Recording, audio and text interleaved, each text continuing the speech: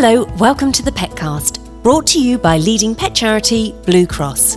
I'm Emma Barton, and of course I'm joined by my ray of sunshine, Poppy Dog. On this episode, how important is it to get your pet ready to face the outside world? In order for them to enjoy it and in order for it to be an enjoyable experience for us too, they need to be able to relate to their surroundings. It's been a year like no other, so Leigh-Ann Reed from Blue Cross is here to talk about socialising your pet post-pandemic and for a summer staycation. Plus, every question is going to have a 4-hour answer. My gorgeous Strictly partner in crime, Anton Du Beke, talks about his 2 delightful dachshunds and, most probably, himself. This is lovely and all that, but isn't there anything you'd like to know about me? And this is what we do on the Petcast, have candid conversations around the big issues facing pet lovers like me and you, with some of the UK's leading pet experts who are on hand to give us their best tips, tricks and guidance. Leigh-Ann and Anton, welcome to the Petcast. Thank you very much. And it's so lovely to see you. Can I tell you, it's been too long. Been too long. You look amazing. I love your barnet. Look at it. All Thank you. Silky and long and shiny. I've washed it especially for you. Well, thank you. It's very early as well. You must have been up in the middle of the night. I haven't been to sleep. No, haven't been to sleep. No. The excitement of talking to you. You're such a pro. I love that. I love that. Victoria Principal used to do that in episodes of Dallas when she used to waken next to Bobby and be all sort of glamorous, and the hair had been all backcombed to an inch of its life, and Elnet had been used, and the ozone layer was sort of caving in through and looking all glamorous. And she hadn't been to bed. She sort of went like that, went, morning, Bobby. And all ready to go. Leigh-Ann, I apologise in advance. Anton, can I just remind you, we're here to talk about pets. Yes. Okay. Apologies. Is that all yes. right? I thought we were just chatting. We are. Tell me about your beautiful, your dachshunds. Oh, come on. Come on, tell me about them. They are gorgeous. They are 6 and 4 or 7 and 5. So the thing with dachshunds is that once they sort of get to adult size, when they're a puppy, I can't even tell you, you'd have hundreds of them. You'd have fields of puppy dachshunds with the floppy ears and the most gorgeous things you've ever seen in your life. And then they get to sort of normal size, which is pretty small anyway because they're miniature dachshunds, black and tan, and short hair. You have to fill in all this information when you ever discuss these things. And then they stay there. And then you forget how old they are because they just forever look the same. And so, yeah, there you are. That's the age of them. And they've got a lovely little trot. Every question is going to have a 4-hour answer. You know, of course it is. And I've rambled on about what they're like. I love the way that they trot along. They've got a fantastic little walk. I think they've got a wonderful cutest. Cadence. I love it. Yes. No wonder you got them. Leigh-Ann, how are you? I mean, we spoke to you on the last season of Petcast. And so how's your little one and how's your dog? They are both grand, thank you. Yeah, doing really well, enjoying the restrictions lifting. So yeah, getting out there. Good. So that's what we want to talk about today, really, isn't it? Getting our pets ready for meeting new people, getting back outside, walking. Why is it so important, Leigh-Ann, to, get out there and socialise our dogs and cats? Yeah, it's so important because our dogs in particular, they're probably the species that we think of normally when we talk about socialisation because they tend to join us with whatever we do.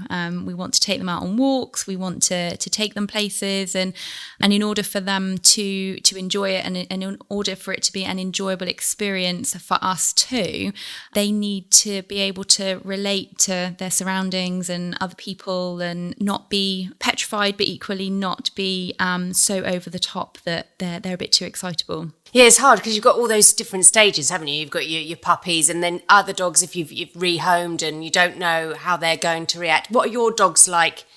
Anton Du Beke, out socialising. Do you take them on the golf course? Do you know? Or do you take them for a run? Yeah, well, I do actually. I do take them if I'm going going to play maybe 9 holes, I take them out for a run, and it's lovely. And if you can get out sort of mid-afternoon, not many people around, it's lovely. The older one, Antoninus, he's better as he's got older. Branston is still, as I say, antisocial, but because I think what they think they are big dogs. That's the thing about Dachshunds. Hilarious. They think they're big. Yes. So they'll. You can see there's a dog coming up the path in the woods there, and it's quite a big dog, and they'll have a tear off after it, and having a bark, as they do. So quite noisy little things, and then they get closer, and it's as though their eyesight suddenly comes into focus, and they go, "Oh, Jesus, you're a bit large," and then turn around and run off, and it's hilarious, really. So, are they scared of the biggie doggies? Well, they're not stealth Dachshunds. They won't approach anything quietly, so they're always sort of making a bit of noise, really. And then, so I think they think they're bigger than they are. So it's just if another dog sort of, not turns on them, but, seems as excited to see them as they are, then they go, "Blimey, you're rather larger than I thought." Do they go sort of, "Daddy, Yeah, pick they me come up"? tearing What back. do you do? Yeah. Oh, yeah. Do they? And do you pick them up? Well, it's just better for Reassure everyone. them? Yeah, if I just pick them up. I mean, it's not ideal, is it? You'd want to, but that's the nature of the breed of dog, really. I mean, every dog is different. By definition, Dachshunds, they're badger dogs, really, the full-size ones, and they're hounds.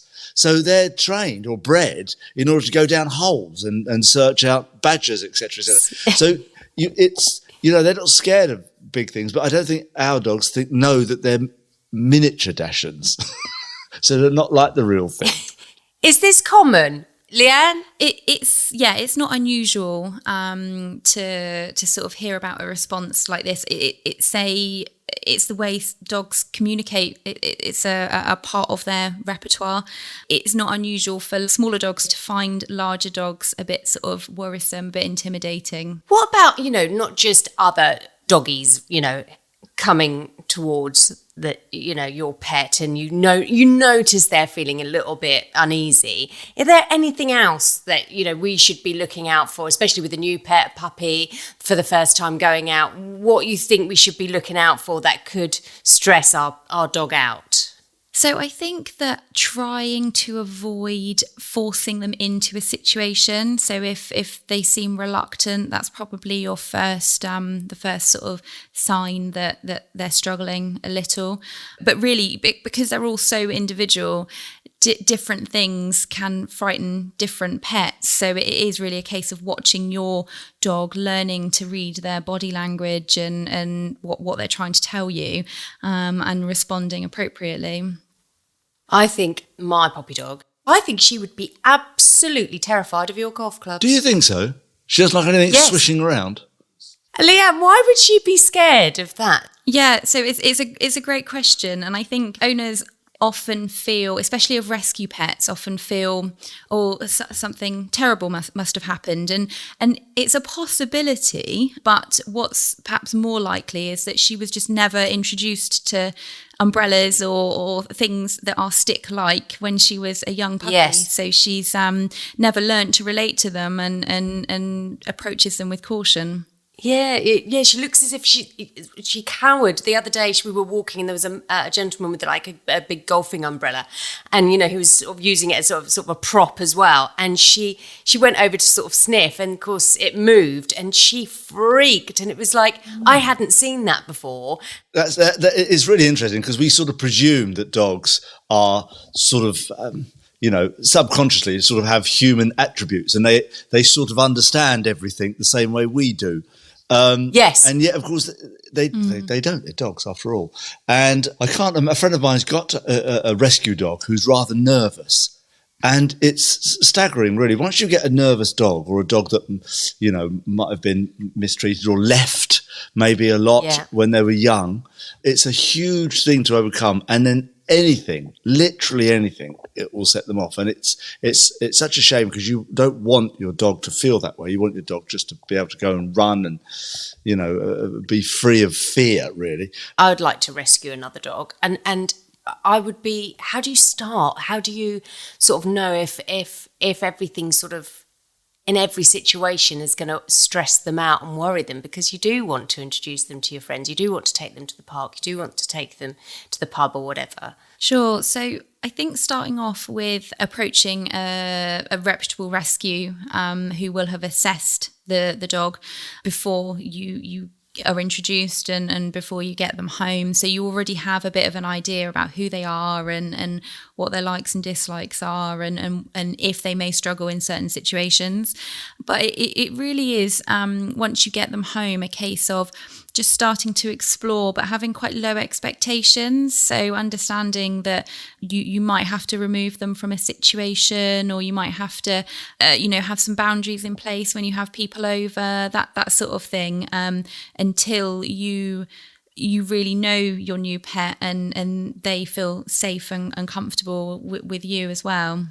What about socialising cats? Does that work in the same way as dogs? It's very similar. We obviously want our cats to feel safe and to be able to relate to people, but we don't particularly want them to feel safe around traffic and other outside noises. So the focus is much more on their environment at home and helping them to relate to sort of noises in the home, washing machines, that sort of thing. And like I say, people handling them, getting them used to coping with that, really. So it's a slightly different focus, because obviously we take dogs out with us more, so we want them to, there's more to do really with dog socialising. We can't you sort of miss out also our smaller pets, like our guinea pigs and our rabbits and our tortoises. I remember just as a kid, if I went round to one of my friends' house, I wanted to pick up their rabbit, I wanted to handle their guinea pig and their tortoises, and it's difficult, Leigh-Ann, isn't it? You just think you don't, especially with children. How do you do that well? How do you just sort of have that confidence that you can have your son or daughter's friends round in the garden and you not frighten the animals? Yeah, I think teaching the children, or giving them opportunities to interact in a way that suits both the pets. I actually have this situation myself. I've got 2 rabbits, and neither of them particularly like being picked up. But my daughter comes into their enclosure with me and sort of sits down and just feeds them dandelion leaves and bits of veg here and there. And as a result, they have a really positive sort of relationship with her, because she doesn't try and do things that they don't like. And she's still getting something. So they've still got that connection. Yeah. But not picking them up, and So I think that's interesting, because it works sort of both ways for children and for animals. I mean, we already had the dogs when we had children, so the children have always had dogs in their lives, which is lovely, because they treat them really, really wonderfully. They're not too rough, and gently, and don't lean on their backs and all those sorts of things. And so you gently, and so they got a wonderful relationship with animals. But it's also interesting the other way around, because the dogs have always had the children ever since the dogs were young. So they're more comfortable around, because you know what children are like. They're so, they get all sort of excited and stuff, and it can fingers in pies. And the dogs can get nervous, and you can scare I use dogs as a example, so that's what we've got. But so when other children come round, the dogs are okay, and they'll go and sort of play in amongst them, and it's sort of a lovely relationship all round, actually. So the dogs have got used to children in general, and vice versa. And I think that's really healthy. I think that's a wonderful thing for life. In actual fact, I almost think all families should have certainly small dogs if you can, and it just gives a wonderful life skill to young children. Yeah, I suppose in some ways, would you say that is you don't plan, do you? Things happen, and people do everything differently. But I suppose, would it be better that way round, having animals or any sort of pet before starting a family out of choice? It's a hard one, because I think that every pet is so individual that you'll get some that would cope really well being brought into a young family, whereas others, it would be better the other way round. I think that having a pet is such a big commitment, as I'm sure you both agree, that actually it's about being the right time for yourselves as a family, rather than sort of trying to do it the right way round, if that makes sense. So I think I would say don't put pressure on things that there isn't a right way round as such, but just doing it at the right time for the family. Exactly. And going with the flow, I guess. Anton, now I know for a fact you like people to talk to you and, say how wonderful you are. I don't know what you mean. How gorgeous you are. Which is all true. Yeah, exactly. So here's a situation. Here's a scenario. There you are, minding your own business in your local park, and you've got the two doggies in your arms, okay? How do you feel if you're ignored and they want to talk about your dogs? Absolutely furious. Do you get a bit of jealousy? I just, I like to, because dog people are a very odd breed, in actual fact. I'm one of them. Yeah. Yes, I am. And I mean you exclusively. And because you get befriended immediately with dogs. So it literally is like they've just stepped into your living room, sort of an affair, and you sort of already chums. And when yes. So when they come out, I go, oh, hello, oh, what's that? Oh, isn't he lovely? And then they ask you questions about stuff. How long have you had them? How old are they? What are their names? What are they like? Yeah. And you get all this sort of stuff. Do you recommend that breed? Yes, I know. Yeah, all of that. Go on for hours. No, and I had one of them once, and all of that sort of stuff, and not a question in my personal direction. I'm absolutely furious. Yeah, of course. I said to a lady the other day, I said, "This is lovely and all that, but isn't there anything you'd like to know about me?" I do love it though. I love it when I was stopped yesterday. I was going actually to get Poppy some food, and this woman from Australia stopped and she went, "Oh my goodness, you've got a Parsons, and we did. We ended up talking for 10 minutes about the breed and how they're very popular in Australia. And, are they? Yeah, That's and I didn't know that. So it is really funny, and I suppose that's a great part of being a dog owner, isn't it? Is that socialisation, and we're obviously gradually now starting to get back to something resembling normality. So, Leigh-Ann, what do you think the impact has been with coronavirus and the socialisation of our pets? So I think that obviously we know there's been an awful lot of puppies and dogs taken on during COVID because people have perhaps been at home a little bit more and had a little bit more time to devote to them, which is great. But on the flip side, we obviously know that we haven't been able to socialise them in the way that we would perhaps normally, specifically having lots of visitors, introducing them to lots of people and allowing them that opportunity, and obviously training classes and that kind of thing. So there is that to consider. However, there have been some positives as well for those dogs specifically that are perhaps a little worried by other people or perhaps need things to be taken a little slower. So having sort of, in a sense, social distancing between dogs and people has been a positive for some individuals and has definitely helped with some circumstances. So it's a bit of both, really. I hadn't even thought, actually, if you had rescued a dog during lockdown and things like that, and like you say, it's just been yourself or one other person or you're just family. Yeah, of course. Now we're allowed to start, having visitors in the house. That's going to be like, who are you? That's going to be a bit of a... It's a possibility. And do you think that there's a different impact on that, depending on the age or their history? So like a puppy compared to an older dog? So puppies tend to be a little more open to learning, a little sort of approach new things with curiosity, which is how we're able to sort of socialise them in those early weeks.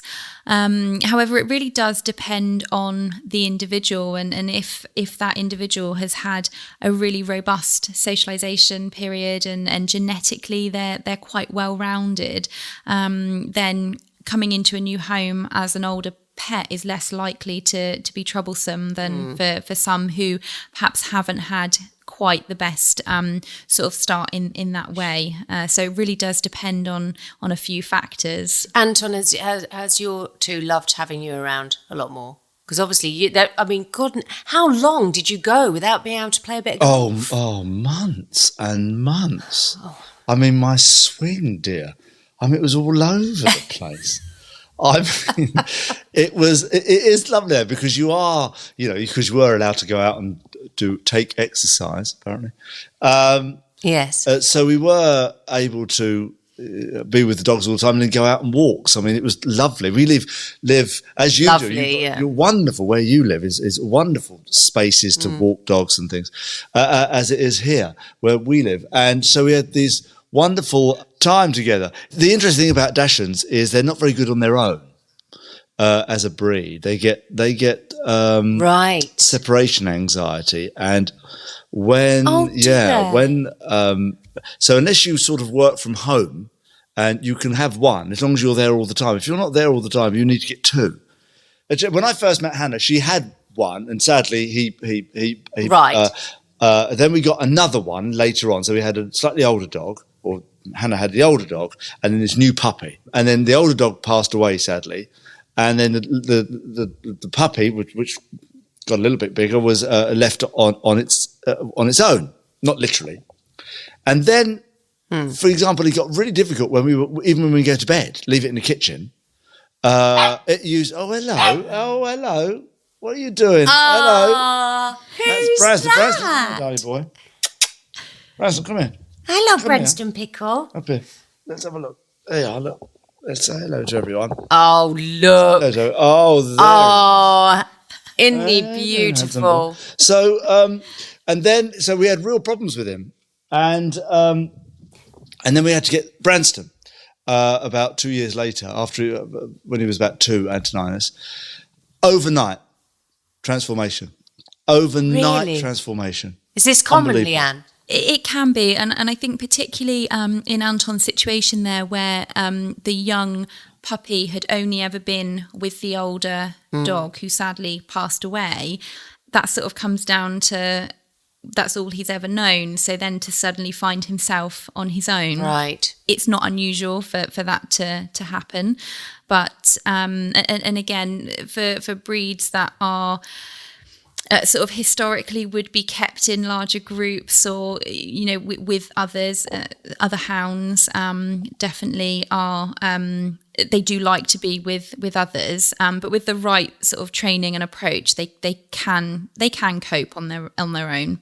Could lockdown have actually improved the bond between us and our pets? It's definitely possible. Like I say, for those pets who have had more time with their owner and have had, more opportunity to spend time together and go for long walks, it's definitely worked out for the best for those pets. That on the flip side of that, those pets that have struggled with the change in routine and perhaps having less space, less of their own space than they're used to, especially as we talked about before, when the schools closed, there was more going on at home. So it really does depend, but there's definitely been some improvements for a lot of pets in that sense, having their owners around a lot.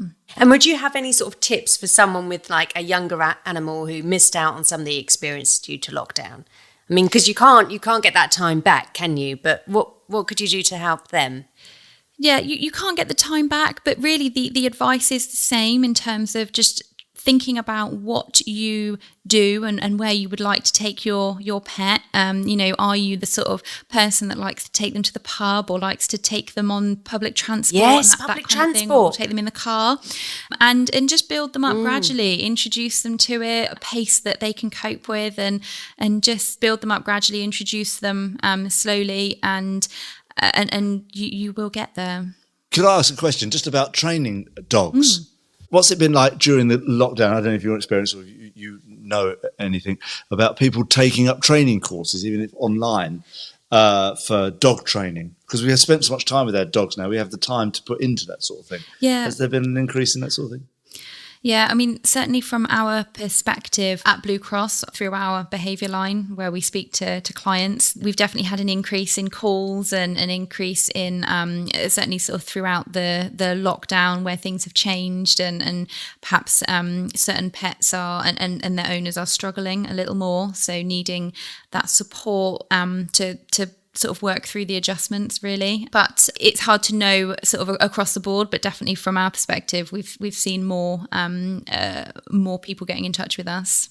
Do you think it's important to train dogs, certainly new young dogs? Yeah, absolutely. I don't think anybody sets out to get a dog to make their life more difficult. And I think that if you don't put that time and effort into that training, or at least sort of just introducing them to the life that they're going to lead, it can be very challenging, and it is one of the reasons that we do get pets given up for rehoming, because people are struggling with coping with them. Well, it's the socialisation again, I think. And I actually, I honestly think I made a little bit of a mistake, because when I had my Labrador years and years and years ago, took him to training classes, so it helped me. I got to know what I was doing with just the basics of sit and stay and recall. But it is the socialising, and I could take him anywhere. And so when I got a puppy dog, I was like, I know what I'm doing. That's okay. I don't need to go to another class. But actually, I think it is so important. And I think whether because, like you say, we want to make sure that they do fit in with our lives. But let's talk about the positives of, summer's here. We might be going on little staycations. I just took my parents on a staycation and took Poppy, and she's great. She sort of fits in, long as she's with us. She's great. Is holidaying though with your dog a good idea? As long as it's enjoyable for both you and the dog, I think it's a great idea. We take my dog on holiday with us most of the time, when we're staying in the UK, and yeah, it can be really great fun. Anton, have you taken? We have actually. Once upon a time, we went down to the West Country for sort of a weekend and took the dogs with us and stayed in a hotel that was obviously conducive to having dogs and stuff. And it was lovely. It was lovely. And also you have that, you don't have the worry of where you're going to leave them, with. Fortunately, we have somebody who will take the dog for us, who has her own dogs, and she'll look after the dogs if we have to go abroad. And that's lovely. They seem to have a better time there than they do here. But if you don't have that, and a lot of people don't, if you start having to think about kennels and things like that, and, doggy hotels and one thing and another, and it's a worry, it's something you've got to consider. But, I think the ideal is to be able to go away with your dog. But you're right. If I had to go away suddenly for work and I couldn't have anybody to look after Poppy, and I would have to put her into boarding kennels, which we are lucky, we do have a great one. But is there anything you would suggest, Leigh-Ann, to prepare you and your dog to be separated, maybe for a week going on holiday, and what to do when we pick them up? Yeah, so I think, again, it comes down to that preparation. So introduce them to where they're going to be staying, who they're going to be with. If they're going to go into kennels, then perhaps take them there for a shorter trip so that they can get to grips with the situation and understand the routine. Take something that is familiar, so perhaps take their bed, their food, their bowls, their toys. So something that it's like home away from home, and then on return, just try to keep things as usual, really, as normal. Try to sort of avoid overcompensating too much, because they've been away, you've been away, and it will be far easier for them just to sort of slip back into that normal routine. But equally, if you do notice that there are any changes in their behaviour, then note those and respond to them the way that you need to, and perhaps give them a little bit more time to readjust. If you're lucky enough to be able to take your dog on holiday with you, do you think that change of scenery can confuse them, or are they okay long as they're with you? They're fit in. It is a possibility, and if you know that your dog is perhaps a little, struggles with noises, like mine does, if she hears people walking past or bangs on the door, then she will bark. Then consider other options. Consider options that are going to be less stressful for you and for for them. That there are so many choices now, like you say, lots of different self-catering options, or even camping. There's lots of different, depending on the individual dog. So it's important to think about what they might struggle with in order to sort of make it less stressful for you. I know the answer to this. Anton, have you ever been camping? I almost did panto once. Is that the same thing? Yes. No, I haven't been camping. No, I knew that. I have to be honest with you. He likes the finer things. I like these things that they've invented this lovely thing. Actually, you should try it. It's remarkable. It's called hotel, and you have all sorts of amenities like room service and a bed. I quite enjoy the concept of a bed rather than lying on the ground. I've heard this expression glamping. Yes. Yeah. You still wouldn't do it. I know that still would. It's a nonsense. You wouldn't buy into that. No, nonsense. I mean, I must admit. I mean, you get a soggy duvet. I mean, what if you got a leaky Ujamuth? I mean, who wants that? Someone didn't tie your flap up correctly. I mean, I can't stand that. But I must admit, I haven't done it, but I will try it. I'm going to do it. I will do it one day. Very game, I'll give you that. Game on. But I think they're clever, our dogs. So if, say, for example, I went camping, Poppy would go, oh, I like this. I'm literally sat right by you. I can eat next to you. I don't have to. You're not higher than me. You're not at a table. Is there some dangers that they could pick up some bad habits, or will they sort of prefer that situation? Like you do one thing on holiday because that's holiday, but then bringing them back home, how do they get into sort of naughty, cheeky habits? I mean, it's definitely a possibility, but I think that a holiday is such a short period of time compared with their normality, and I think that dogs are, they can be creatures of habit, and once you get back home and they're back in their normal surroundings, they will sort of slip back into the way things were, as long as you're consistent as well. So when I took my parents away with Poppy Dog on our little staycation, we were in the countryside with a field full of sheep. Now she's got to an age where she's not interested, and but if you're taking a new sort of younger dog with you, you live in the city, you don't go away into the countryside very often, I suppose you've got to be a bit aware of, walking in fields that they're not used to, and there's livestock, so you've got your sheep and everything. Just adjust that adjustment, should you be practicing your recall? Obviously important to be on the lead. How do we prepare our doggies for walking around in new areas and surroundings? Yeah, you're absolutely right. It's a great point. And I think even for those pets who are perhaps used to walking in the countryside, just being somewhere new with all fresh smells and, a fresh environment could be really, really exciting for them. So it's really important to remember that even though your recall might be really, really good at home, that in a new place it might be not quite so good. So prepare to perhaps keep your dog on lead a little more, perhaps take a long line so that they can have a little bit more freedom if you wish, but you've still got that control. And just be really, really aware of your surroundings. That, are there any sheep in the next field, for example, or whereabouts are you going to be walking, so that you can be really, really aware of those potential sort of risks. Obviously, it's risky to the dog, but also risky to the livestock as well if they were to get in in the field. Yeah. Can you take your cat on holiday? So cats are homebodies, really. They would prefer to not be taken on holiday. They're for cats to feel sort of safe and secure, they need to be really familiar with their surroundings and have laid their territory and all of that kind of thing. So taking them on holiday could be quite stressful. So it's really best to sort of leave them at home, either with a pet sitter, somebody coming in, or perhaps looking into a local cattery where they can just sort of spend the time there and then come home once you're done. I remember when I was little, I had a neighbour, and whenever they went on holiday, I used to love it because it was my job to go in and look after the cats and feed them. Oh, lovely. I don't have a cat, but I would be worried. I mean, if I knew my neighbour was looking after them and coming in to feed them, but do they sense you're gone and miss you?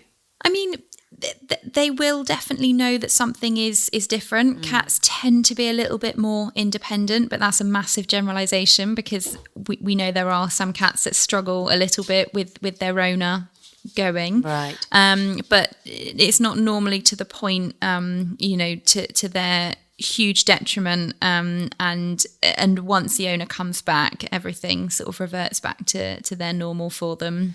I mean, if it was up to me, I would just take all of them with me, camping with Anton. Oh, I've loved it. Thank you so much to Leigh-Ann Reed and the gorgeous King of Ballroom, Anton Du Beke. I've loved talking to you so much today. And let's all go on holiday. Let's go camping. Let's go camping. Marvellous. That's it for this Petcast. If you've enjoyed this episode, please feel free to share it with a fellow pet lover and click, follow or subscribe to get the latest episode on your phone when it's ready. For more information about everything we've talked about, go to bluecross.org.uk/Petcast. I'm Emma Barton, and the Petcast is a Bengo media production for Blue Cross.